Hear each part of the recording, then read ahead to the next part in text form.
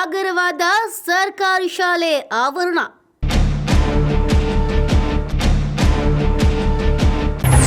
ಇಸ್ಪೀಟ್ ಎಂಡ ಅನೈತಿಕ ಚಟುವಟಿಕೆಗಳ ತಾಣವಾಗಿಸಿದ ಸಾರ್ವಜನಿಕರು.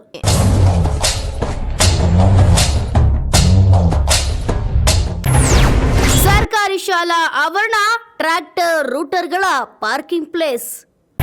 ರಾಣೆಬೆನ್ನೂರು ತಾಲೂಕು ಇಟಗಿ ಸರ್ಕಾರಿ ಶಾಲೆಯ ಅವ್ಯವಸ್ಥೆ ಇದು. ಲಕ್ಷಾಂತರ ರೂಪಾಯಿ ಮೌಲ್ಯದ ಕಂಪ್ಯೂಟರ್ ಮೂಲೆಯಲ್ಲಿ ಬಿದ್ದು ಪಾಳು ಬಿದ್ದಿದೆ. ಶಾಲಾ ಕಾಂಪೌಂಡ್ ಒಡೆದು ಸಾರ್ವಜನಿಕ ರಸ್ತೆ ಮಾಡಿಕೊಂಡ ಗ್ರಾಮಸ್ಥರು.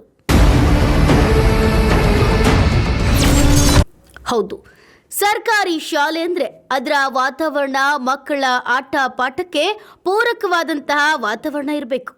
ಶಾಲಾ ಆವರಣದಲ್ಲಿ ಯಾವುದೇ ಸಾರ್ವಜನಿಕರ ಓಡಾಟ ಇರಬಾರ್ದು.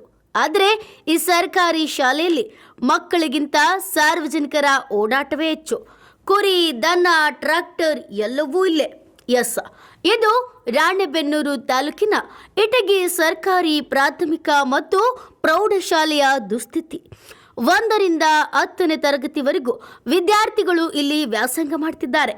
ಆದರೆ ಸಾರ್ವಜನಿಕರು ಈ ಶಾಲೆಯ ಆವರಣವನ್ನು ತಮ್ಮ ಸ್ವಂತ ಉಪಯೋಗಕ್ಕೆ ಬಳಸ್ತಾ ಇರೋದು ಒಂದು ಕಡೆ ಆದರೆ, ಶಾಲೆಯ ಪಾಳು ಬಿದ್ದ ಕೊಠಡಿಯಲ್ಲಿ ಅನೈತಿಕ ಚಟುವಟಿಕೆಗಳನ್ನು ನಡೆಸ್ತಿದ್ದಾರೆ. ಇಸ್ಪೀಟ್, ಮಾತ್ರೆ, ಮದ್ಯಪಾನ ಇವೆಲ್ಲ ಒಂದು ಕಡೆ ಬಿದ್ದಿದ್ರೆ, ಪಾಳು ಬಿದ್ದ ಸಂಪ್ಗಳು ಬಾಯಿ ತೆರೆದು ಕಾಯ್ತಿವೆ.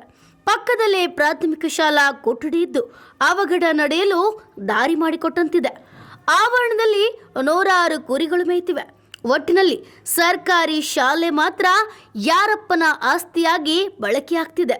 ಶಿಕ್ಷಣ ಇಲಾಖೆ ಹಾಗೂ ಪಂಚಾಯತ್ ಮತ್ತು ಗ್ರಾಮಸ್ಥರ ವೈಫಲ್ಯ ಇಲ್ಲಿ ಎದ್ದು ಕಾಣ್ತಿದೆ. ಹೌದು, ಶಿಕ್ಷಣದ ತೀರ್ಥಕ್ಷೇತ್ರವಾಗಿರಬೇಕಾದ ಶಾಲೆ ಇಂದು ಕಸದ ರಾಶಿಯಾಗಿ ಮಾರ್ಪಟ್ಟಿದೆ. ಇದು ರಾಣೆಬೆನ್ನೂರಿನ ಇಟಗಿ ಗ್ರಾಮದ ಸರ್ಕಾರಿ ಪ್ರಾಥಮಿಕ ಶಾಲೆಯಲ್ಲಿ ಕಂಡುಬಂದಂತಹ ದೃಶ್ಯ. ಶಿಕ್ಷಣ ಮಂದಿರವೇ ಆಗಬೇಕಾಗಿದ್ದಂತಹ ಸ್ಥಳ ಅನೈತಿಕ ಚಟುವಟಿಕೆಗಳ ನೆಲೆಯಾಗಿದೆ.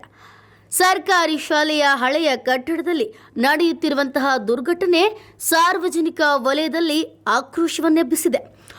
ಒಮ್ಮೆ ಮಕ್ಕಳ ಹಾಸ್ಯ ಕಿಲಕಿಲೆಯಿಂದ ನಗು ತುಂಬಿದ್ದ ಕಟ್ಟಡ ಇಂದು ಕಸದ ರಾಶಿಯಿಂದ ತುಂಬಿ ಮದ್ಯಪಾನ, ಧೂಮಪಾನ ಹಾಗೂ ಇಸ್ಪೀಟ್ ಅವಳಿಗೆ ತುತ್ತಾಗಿದೆ. ರಾತ್ರಿ ವೇಳೆ ಕೆಲವು ಅಸಭ್ಯ ವ್ಯಕ್ತಿಗಳು ಸೇರಿ ಅನೈತಿಕ ಚಟುವಟಿಕೆಗಳನ್ನು ನಡೆಸುತ್ತಿರೋದು ಸ್ಥಳೀಯರ ಆರೋಪದಿಂದ ಕೇಳಿಬಂದಿದೆ. ಈ ಕಟ್ಟಡದಲ್ಲಿ ರಾತ್ರಿ ಸಮಯದಲ್ಲಿ ಯಾರೋ ಬಂದು ಕುಡಿತಾರೆ, ಇನ್ಯಾರೋ ಬಂದು ಸಿಗರೆಟ್ ಸೇದ್ತಾರೆ. ಕೆಲವೊಮ್ಮೆ ಜಗಳವೂ ಆಗ್ತದೆ. ನಾವು ಹಲವು ಬಾರಿ ಅಧಿಕಾರಿಗಳಿಗೆ ತಿಳಿಸಿದ್ರೂ ಕೂಡ ಕ್ರಮ ಕೈಗೊಳ್ಳಲಿಲ್ಲ ಎಂದು ಗ್ರಾಮಸ್ಥರು ತಮ್ಮ ಅಳಲನ್ನು ತೋಡ್ಕೊಂಡಿದ್ದಾರೆ. ಶಾಲೆಯ ಜಾಗವೇ ದುರ್ಬಳಕೆಗೆ ಒಳಗಾಗ್ತಿರೋದನ್ನ ಕಂಡು ಸಾರ್ವಜನಿಕರ ಆಸ್ತಿ ಸಂರಕ್ಷಣೆ ಹಾಗೂ ಶಿಕ್ಷಣದ ಪರಿಸರ ಕಾಪಾಡುವುದು ಅಧಿಕಾರಿಗಳ ಕರ್ತವ್ಯವಲ್ವೇ? ಶಾಲೆಯ ಹಳೆಯ ಕಟ್ಟಡವನ್ನು ತಕ್ಷಣವೇ ಸ್ವಚ್ಛಗೊಳಿಸಿ ಕಟ್ಟುನಿಟ್ಟು ಕ್ರಮ ಕೈಗೊಳ್ಳಬೇಕೆಂಬುದು ಸ್ಥಳೀಯರು ಆಗ್ರಹಿಸಿದ್ದಾರೆ. ಮಕ್ಕಳ ಭವಿಷ್ಯವನ್ನ ಕಾಪಾಡುವ ಜವಾಬ್ದಾರಿ ಈಗ ಆಡಳಿತದ ಮೇಲಿದೆ.